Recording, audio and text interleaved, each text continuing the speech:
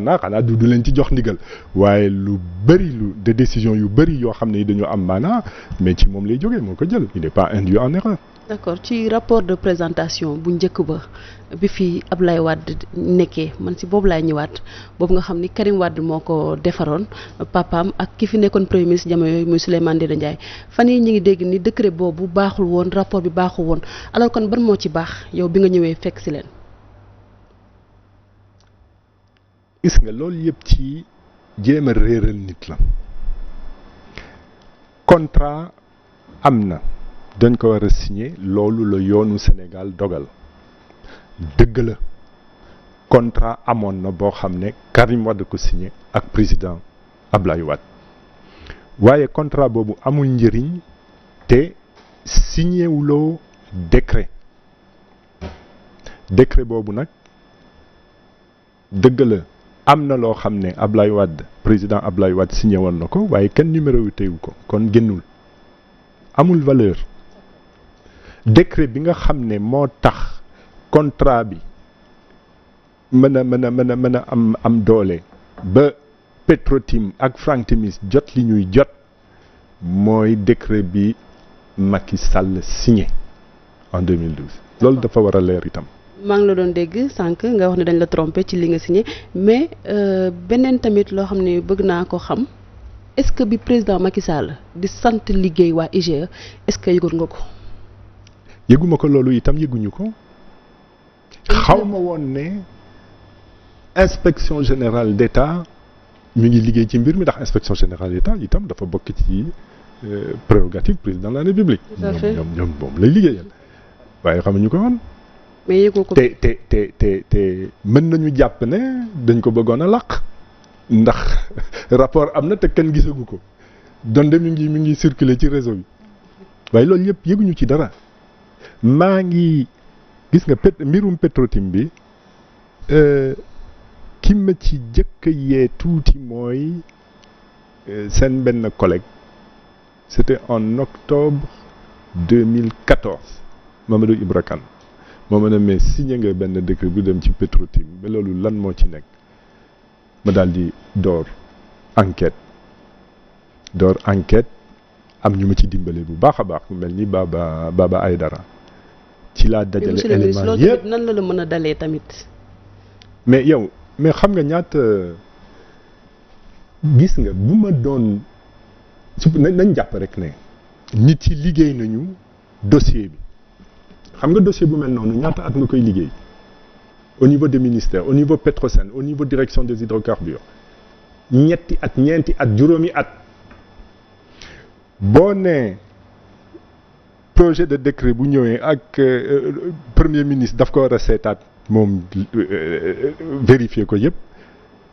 mais liggéey boobu dina ko jël xanaa 5 ans ou 6 ans. kon da ngaa signé ba pare door a leerlu door a laajte. waaw mais. gouvernement dafa am ni muy doxee le ministre est responsable mais du tooguñu ci gang mafia da nga koy wóolu fa nga wóolu ko mu liggéey bi ñëw ne lii moo am mi nga gëm ko mi nga dossier bi. mais la confiance n'exclut pas le contrôle monsieur. mais pas attention organe de contrôle yi c'est pas le premier ministre hein. organe de contrôle dafa am tudd nga ko sànq muy IGE. parce que sa démarche bi ñu bëri daf leen jaaxal un premier ministre boo xamante ne moom ci boppam mi ngi wax forfaiture mi ngi ŋaññi njiitu réew mi alors que moom bi mu fiy nekk ci la ñu signé loolu démarche bi dafa jaaxal ñu bëri aussi. waaw mais loolu mën na jaaxal koo xam ne xamul Aliou Sall wax na ko ci sa première conférence de presse après le reportage de BBC. non loolu mën na jaaxal ku xamul lii contre-saint ak ni gouvernement di doxee mais responsabilité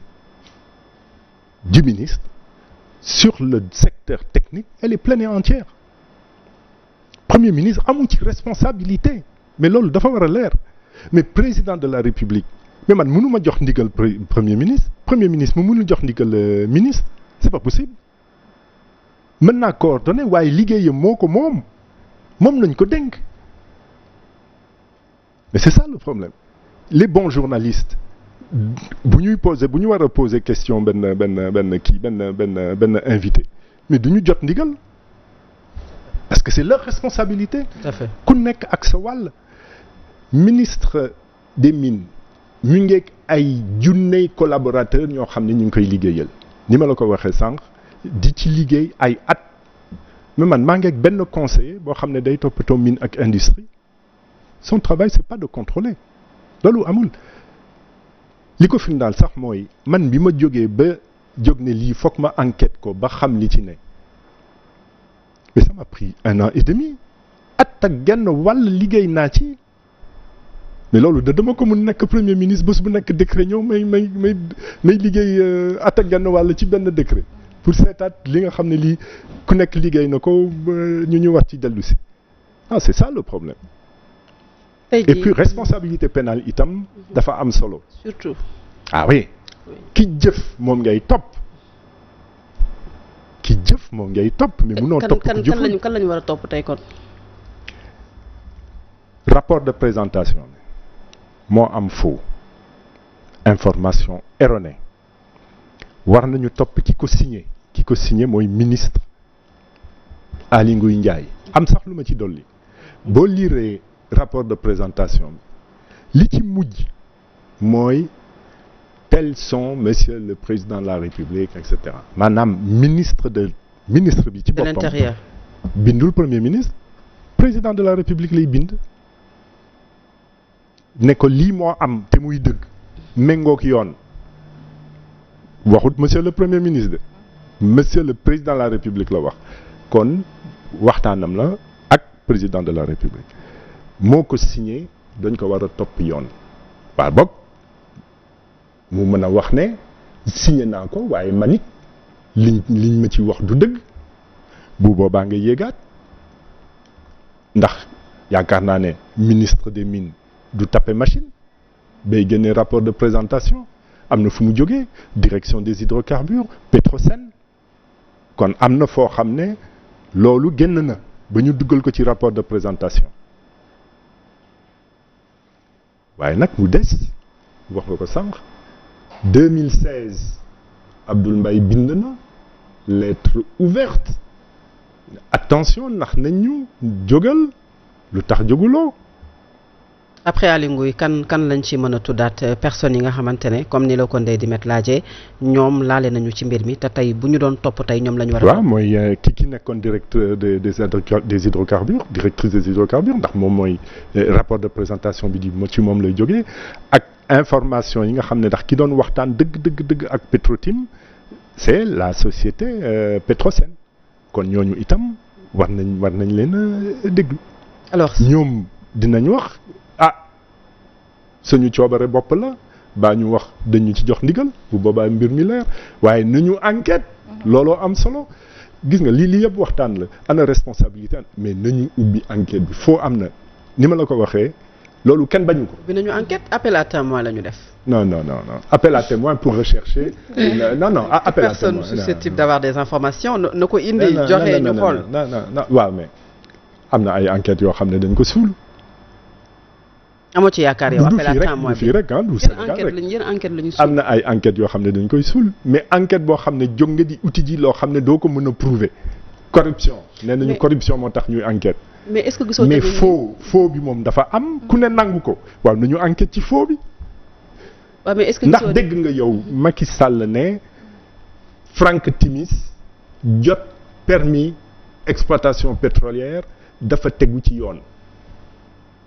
dégg nga ko mu wax loolu. non mënu ko ndax du dëgg waaw kon nañu jaarale enquête bi ci loolu. mais jàppoo tamit ni procureur dafa nekk ci démarche am ñu war ko koo nangul. maanaam mu. appel à témoin bi woo nañ nit ñi ku ci xam ci mbiru pétrole bi ñëwal nga wax ku ci xam dara nga ñëw ñu convoqué tamit bu ñu demee tamit dañu war a wax dañ nga gisee par exemple Thierno Alassane Sall moom dem na foofu waaye joxe fa benn xibaar. waaw mais kooku bon moom demul ndax dem na sax dem na. dem na mais waaw dem na wax nga dëgg mais dem na daal ci attitude républicaine noonu la ko waxee waxu fa dara bu fekkee ne yaa ngi ut loo xam ne mënoo ko prouver